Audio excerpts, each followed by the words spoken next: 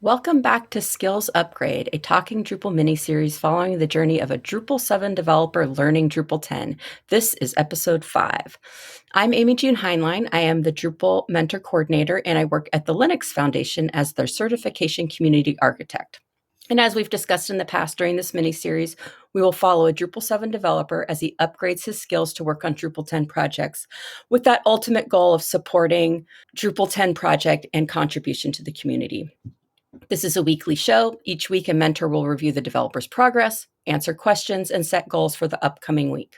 Our developer is Chad Hester on D.O. He is an enterprise technical consultant and solutions architect with a background in website development of over 20 years.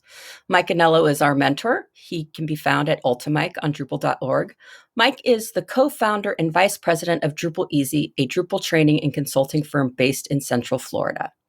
Now, last week, Mike had Chad working in the examples module, specifically the fields example module, and the documentation for the plugin API was his homework. So let's listen to see how it went. Welcome back, Chad. How's it going? Very good. Ready for our hopefully final move for a little while. So next episode, I'll be in yet a new location. So packing up this weekend and all that, but otherwise doing good. How are you? Not too bad. Florida Drupal Camp just happened. So I don't know what the schedule of when these are getting released, but it's probably a few weeks ago since Florida Drupal Camp. But just recovering energy-wise and voice-wise, and it was a great event, as most Drupal events are. And just hit me, we're well, now that we've started this episode, we're just slightly more than halfway through. Because we're planning on eight episodes, and this is the beginning of episode 5. So, shall we dive into it? Yeah, over the hump, right? Yeah, let's dive into it. So, I know that you wanted to talk about, we talked about .getignore files a little bit last time, and we got a little bit detailed when we're talking about when you want to ignore an entire directory, do you put the trailing slash on or do you not put the trailing slash on in the vendor directory in the .getignore? Do you do /vendor or do you do /vendor/? And you have an answer for us. Yeah.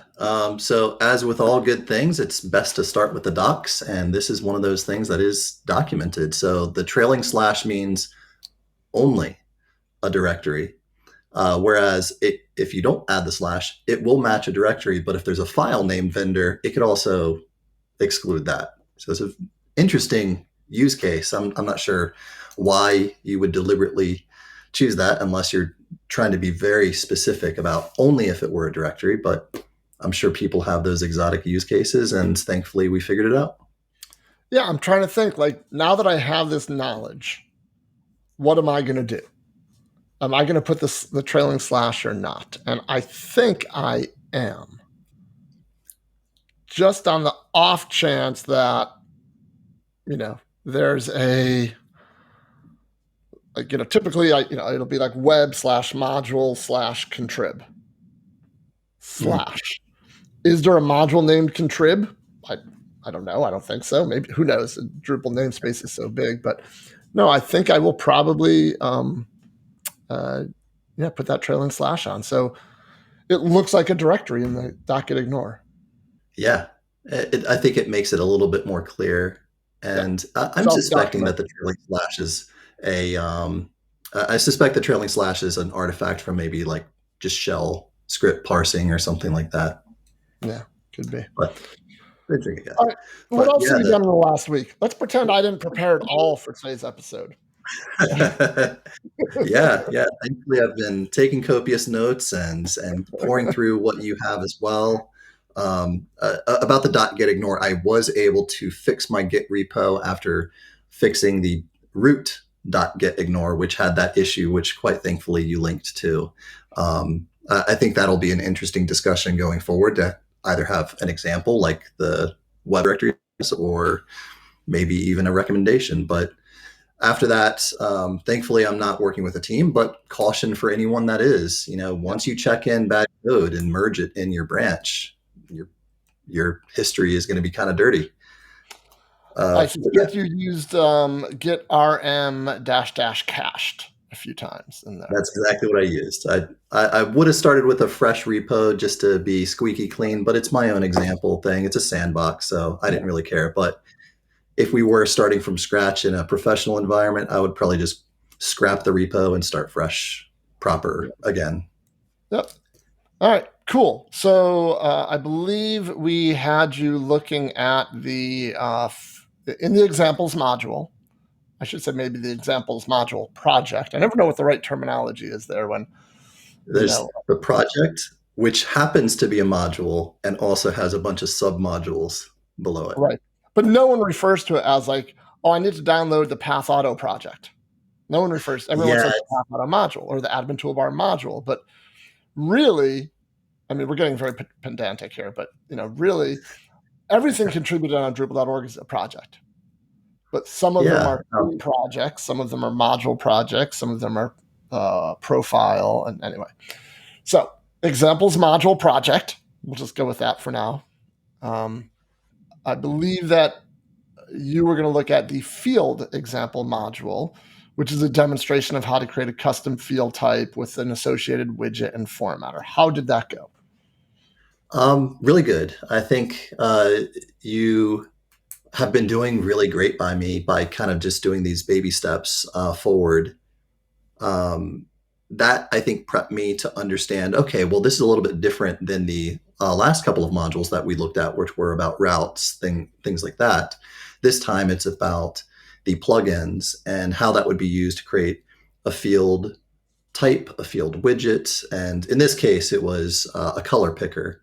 So I could see some of the clever things that it was doing to prepare that and some of the JavaScript that came along with it to provide that UI element that corresponds to it with the libraries and whatnot. That was straightforward. I know that the examples modules tend to be a bit bare bones, but I think that's kind of the beauty of them. Yeah, but I wouldn't say that the field example is completely straightforward. And the only reason I Yeah. say that is because I can probably think of only one instance in all my many, many, many years of Drupal where I've ever had to create a custom field type. So that's something that module does that, you don't actually have to do all that often, but creating a custom formatter, that's my go-to. Like I create custom, I'm creating custom formatters left and right all the time. Custom widgets every now and then. But the beauty of the plugin system is that kind of if you understand how to create one plugin, and if you understand kind of what the rules are of creating plugins, whether you start with a formatter plugin, a CK editor plugin, or what, any kind of plugin, once you understand kind of the rules around plugins, all plugins kind of work the same, right? Yeah, the API documentation that you recommended, I was looking at the code, and at first there were a few head scratchers about why these things were divided up the way they were. But looking at that documentation shed a little bit more light on it, which is, I think, the kind of call and response that looking at the docs, looking at some example code, I think that's what made things register a little bit better. I think what really helps folks when they're at this stage where they're diving into like the plugin system and different Drupal plugins is, I think the big mistake that folks make is they just look at one plugin. They look at a field formatter plugin. I think the advantage comes in when at the first pass, you say, okay, well, I'm going to look at a field formatter plugin, a custom block plugin, and a CK editor plugin. Because there's so much that all plugins have in common that when you look at different kinds of plugins, you kind of realize, oh, okay, plugins generally have an annotation, and that annotation is written in the code comment. That's just metadata about the plugin. And then, all plugins pretty much extend, a plugin base that has to do with like a formatter base or a widget base or CK editor plugin base. Right. And then, there's an interface for all plugins that have to follow an interface. And then all plugins, follow PSR4. So they're all in the SRC directory in a very strict, pattern of directories and where that plugin lies. So I think the advantage or the best way to learn plugins is not to dive deep into one, but to kind of take a step back and look at several, then you can find their commonalities. And then once you understand what all plugins have in common, then learning to create a new plugin like an image effect plugin is not nearly as daunting. Because now you're Yeah. like, oh, there's the annotation. It's got to go in this directory. There's the base class. Let me see what it offers. Here's the interface. Bada bing, bada boom. We're done. Yeah, I think that sampler platter, if you will, really exactly kind of sets the patterns that you're looking at. And you might not need everything that you're saying if, like you said, you just need a formatter or you just need Right. a block. I think just breaking it down like that really helps. And also, you touched on another thing that is really different from Drupal 7 is this idea of the PHP doc annotations, the idea that you're not loading all of the class code, you're just loading kind of the rough definition. It's almost like a header file in C++, or like this idea of just saying, this can exist when you need it, and here's how it's structured.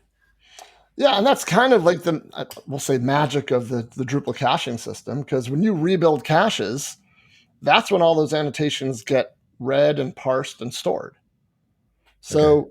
it's not like, every time, especially like, and formatters and widgets, everyone understands, or, if you have site building knowledge, you understand what a formatter and widget is. And when you go to like a view mode or manage display page, and you see all those select lists with all those formatters, any of those formatters that isn't that doesn't have configuration doesn't need to be loaded. It's just all the information for it is coming in from the annotation that's been cached in some cache table inside of Drupal. So let me ask you different. So annotations, did they throw you at all? Because is this the first time that have you used annotations in other PHP applications or other software applications? Well, the good thing is, I think ever since Drupal 8 came out, I've been tracking what it's been doing that's different than Drupal 7. So I was aware that it was It's a big coming list. along with Big the YAML list. twig. But I guess what confused me, what threw me about it is, well, why would you use that instead of a YAML file to load these things? Well, I think, and I don't know, the answer to that question is somewhere deep in an issue queue. I can promise you Yeah, that somewhere, I'm right? sure it's page time or page load time sort of thing. If I had to guess, though, the reason why it's done as an annotation and not a YAML file is because one of the elegant things about plugins is everything's in one file. Yeah. It's all there. It's all in one place. So, you don't have to register your plugin in some other file.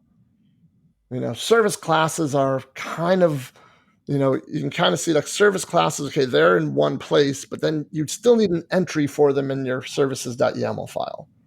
So you still kind of Yeah. have to register their service class in there. I guess the same thing can be said, well, why don't we have annotations for service classes? I don't know if I have an answer to that. Maybe that's probably, 3 levels deeper than the last question in the Drupal.org issue queue. But Those I are think some punishing trivia questions there. yeah, I know. Yeah. It's like it's like the world's worst scavenger hunt.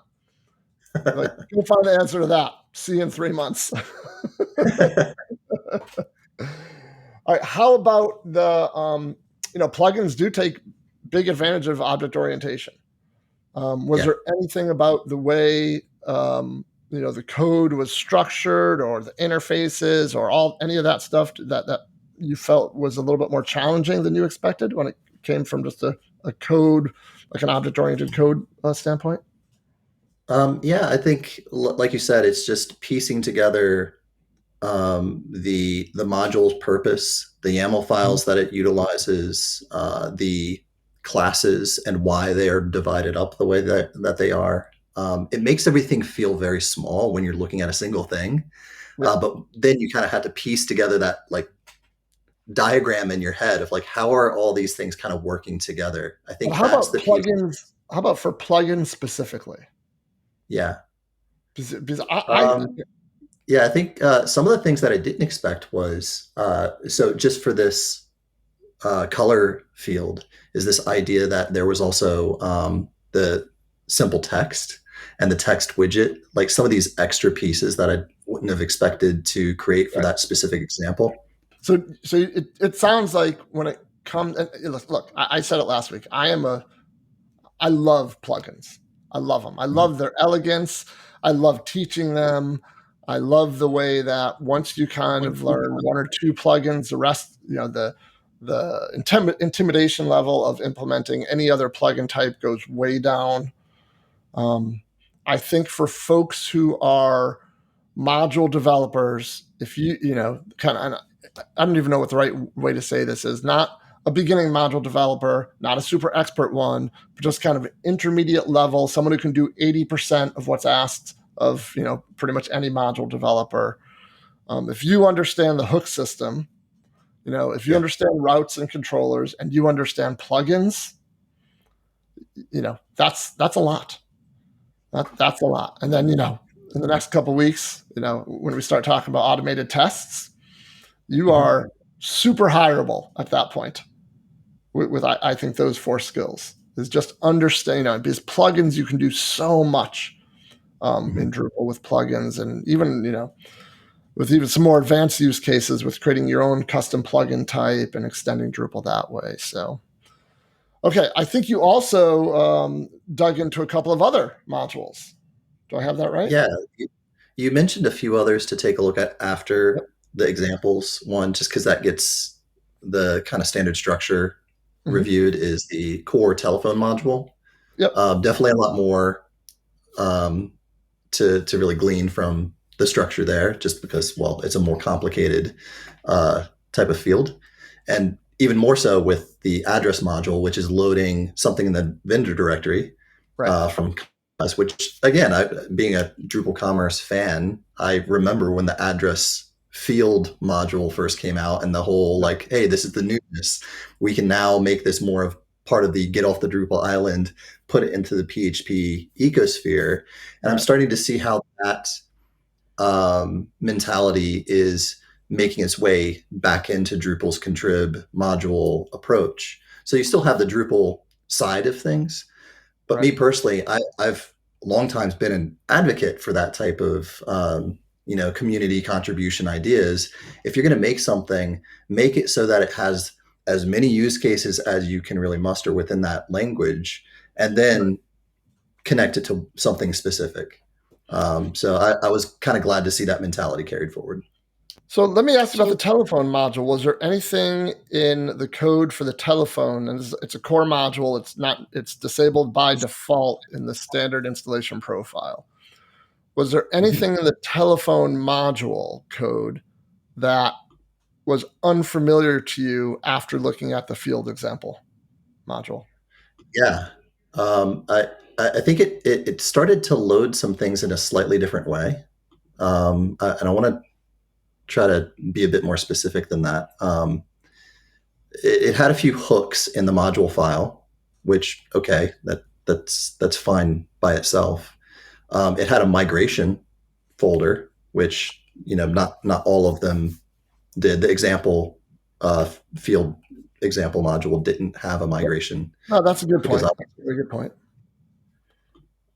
those were the main things that really stood out. Okay.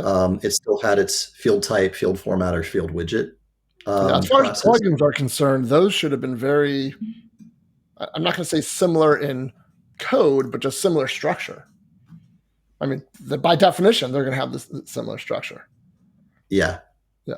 Um, I, so from that extent, the classes didn't look significantly different or confuse me too much. I think there were a couple of things that stood out that might be more core specific. Maybe it's just doing it because it's a core module and that's just the better way to do it. I don't know.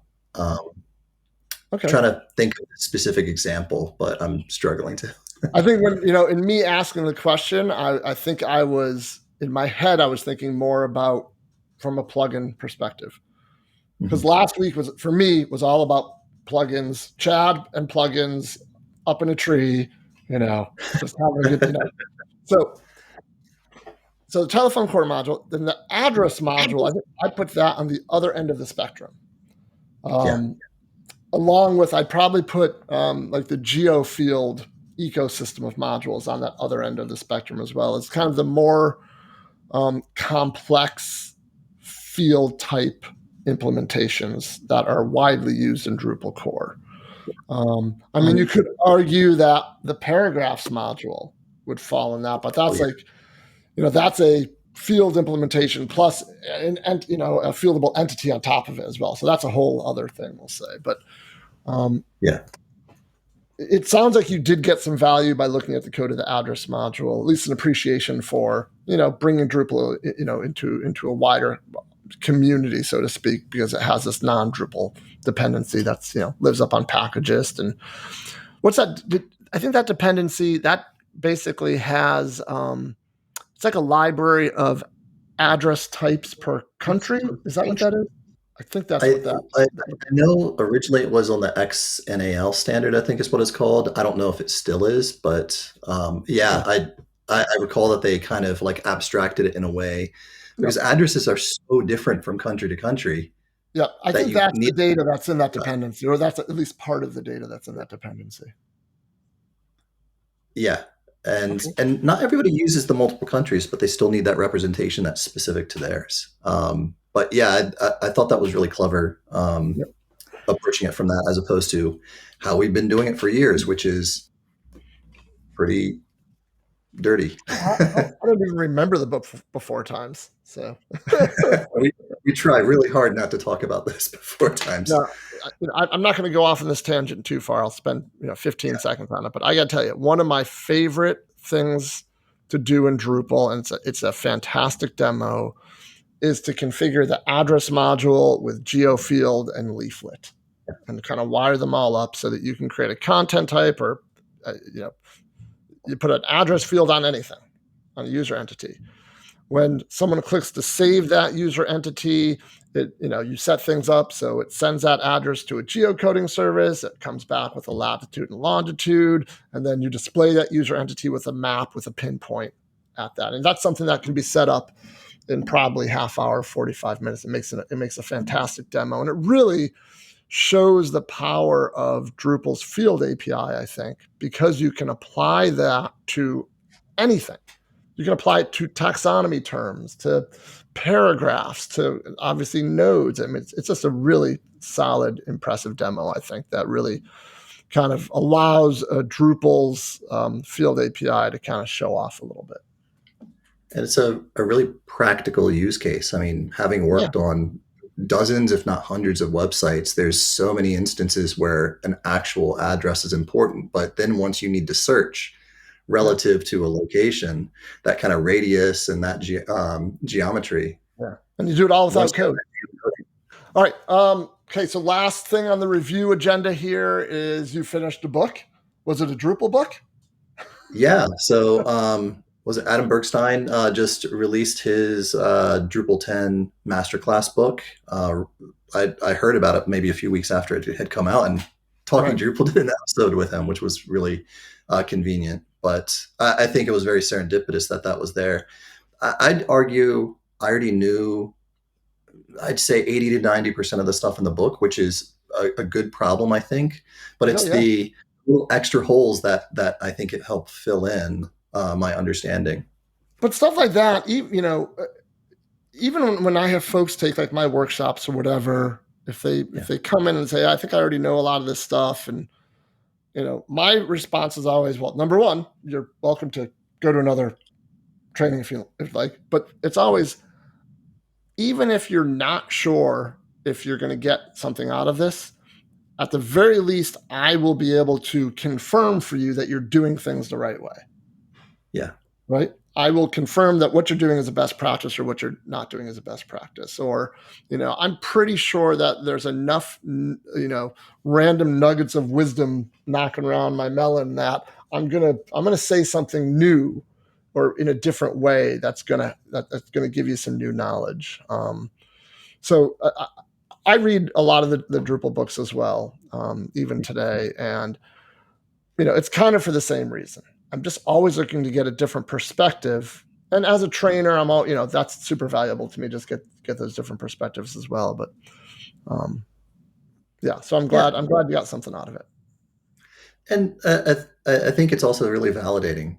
You think you know what you know, but then when you get this confirmation by reading an authoritative source, it's Let's really not reaffirming. talk too nicely about Adam. He's a good friend of mine. I don't want him to get a big head. It was Authoritative. good. I think next on the list is the Drupal 10 module development book. And I think there's also the cookbook. Those are two up next on my list. I might do the theme one last, just because I'm personal preference. I'm more of a back end developer, but I So the think theming one is that the Luca? Is it Luca or Luco? Luso is his last. I think it's Luca Luso. Is that the right? Is that the same one that you're thinking about? it's the one from Pact. I can't recall Recently, the author. right? Pretty recently, yeah. Yeah. It's Okay. So detail specific though. yeah, that book's outstanding. Okay. There's a free. I've read that one. I've actually talked to Luca about that as well. It's a really impressive book. It really covers a lot of front end development. So that's a very good one. The other ones, I don't. You know what? I don't want to conflate the authors with the book names on the Yeah. two other ones, and I don't have them in front of me, so I'm going to pass on those two. Yeah, I'll just pass on those two. All right, Yeah. let's talk. Where are we on time? Oh, okay, just a few minutes left. So let's talk about your assignment for next week. All right. So we're going to do one more week where I have you looking at example modules. And Okay. this is not a skill I mentioned a little while ago, but I think it's almost an assumed skill. This next module in the examples module is the JS example module. Because I think whether or not you're a JavaScript developer, at some point you're going to have to interact with some JavaScript somewhere in a contrib module that you're trying to debug, or in someone else's custom module. It's just a really good idea to understand the basics of how JavaScript gets into Drupal, libraries and attaching libraries to render arrays and things like that. So the JS example module, in the examples module, it's not super big. I actually think it has a very simple functional test in there as well, which could serve as a preview for episode 6 for you, our next homework assignment. Sure. But in this example, JS example module, focus on the libraries file, because that's kind of the connective tissue there. Hook theme, so a module implementation and hook theme is used to register base templates. There's a controller in there, which hopefully that won't be too difficult for you. There's some template files in there as well. And then really the big picture is focus on how JavaScript files and data. So the thing I really like about this module is it actually takes an array of data in PHP and exposes that as JavaScript data, so that so a script can read that data as well. It's not that difficult. Say it again. I'm sorry. If you're doing something headless, is that where that really starts to come in, or if you have an API endpoint? It's simpler than that. No, it's let's say that there's some configuration. This has nothing to do with headless. Let's say there's a configuration for a module, and the configuration values affect something on the JavaScript side of things. So when you say that configuration, it's in the database, right? And then you get that data out of the database with PHP, but then you somehow have to provide that data to JavaScript. Right. So this is baby steps. So it might be maybe it'll be an easy week for you. I don't know. But it's just one of those skills I didn't want to not cover it, or have you cover it. Yeah. So if I'm not covering it, you're doing all the work. Well, you're certainly helping me figure out where to go. The biggest, I think, motivation to do this series was really to not be in this by myself. I think it's what I refer to as trial and error learning, where it can just be very time consuming.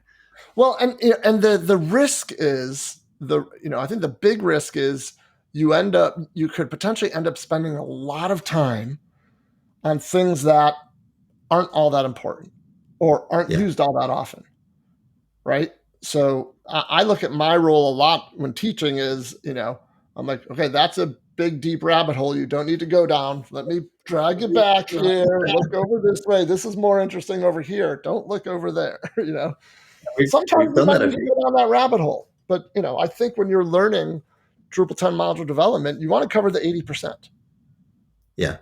right?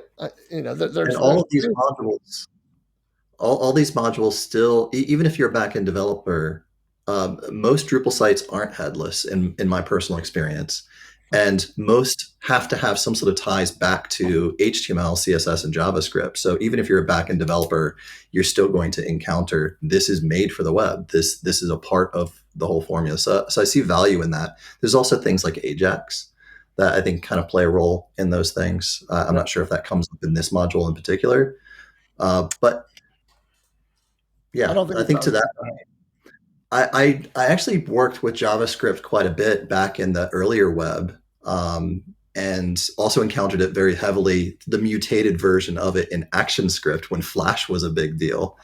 So the syntax I'm familiar with, but I know it's evolved so much, like ECMA script and some of Yeah. these other evolutions. And this task is not at all about writing JavaScript or the syntax. Yeah, It's all about just how does Drupal work with JavaScript? as I piece it How, together from a yeah, module how does perspective. how does the JavaScript in this JavaScript file know that it needs to be loaded onto this page in these conditions, and Mhm. not every other page on the site? So it's all about the connective tissue within Drupal in exposing JavaScript at the right time. I do have to ask, and if this is a loaded question and a topic for another day, totally fine. Is jQuery supposed to be sunset from Drupal at some point, or is that just a hot button issue that isn't No, worth I mean, touching? I think that's the goal at some point, but there's a lot in there. It's kind of Well, I don't, tied in. I don't know if it's a lot. I don't know what relative. I know that there's still jQuery in Drupal core, but I just a couple weeks ago saw that there was a new release of jQuery. Right, so it's still. I don't want to use the phrase limping along because I don't know. I don't think that's a fair term. Yeah, But I probably like you. I learned. I use jQuery a lot. I used to. I'm yeah. trying, like when I have to write new JavaScript these days, I try not to use any jQuery. And it normally takes me a lot longer because I'm like, oh, I know how to do that in jQuery. How do I do it like in not jQuery? And then I have to go look things up. But it's none of it's a bad skill to have because we're learning. So if you're not always learning, you're not a real Drupal developer. That should be the slogan of this whole series. You Yeah, that's the evergreen challenge. Yeah, I I couldn't mean, agree more. look, if you don't like learning, you're in the wrong place. You're definitely in the wrong Yeah, place. I mean, even if you're not a developer, I think that's a life lesson. But let's keep it developer centric and just Yes. say for Yeah, this.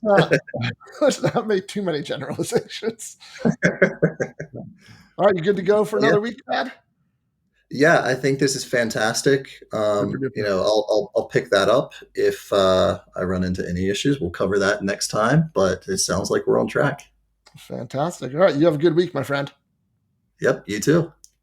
My big takeaway from this week is that we encounter challenges, not just in this series, but throughout our careers in professional development. And usually the solution often lies in reading the documentation and using the community as a resource. As always, Skills Upgrade is supported by Talking Drupal and Drupal Easy.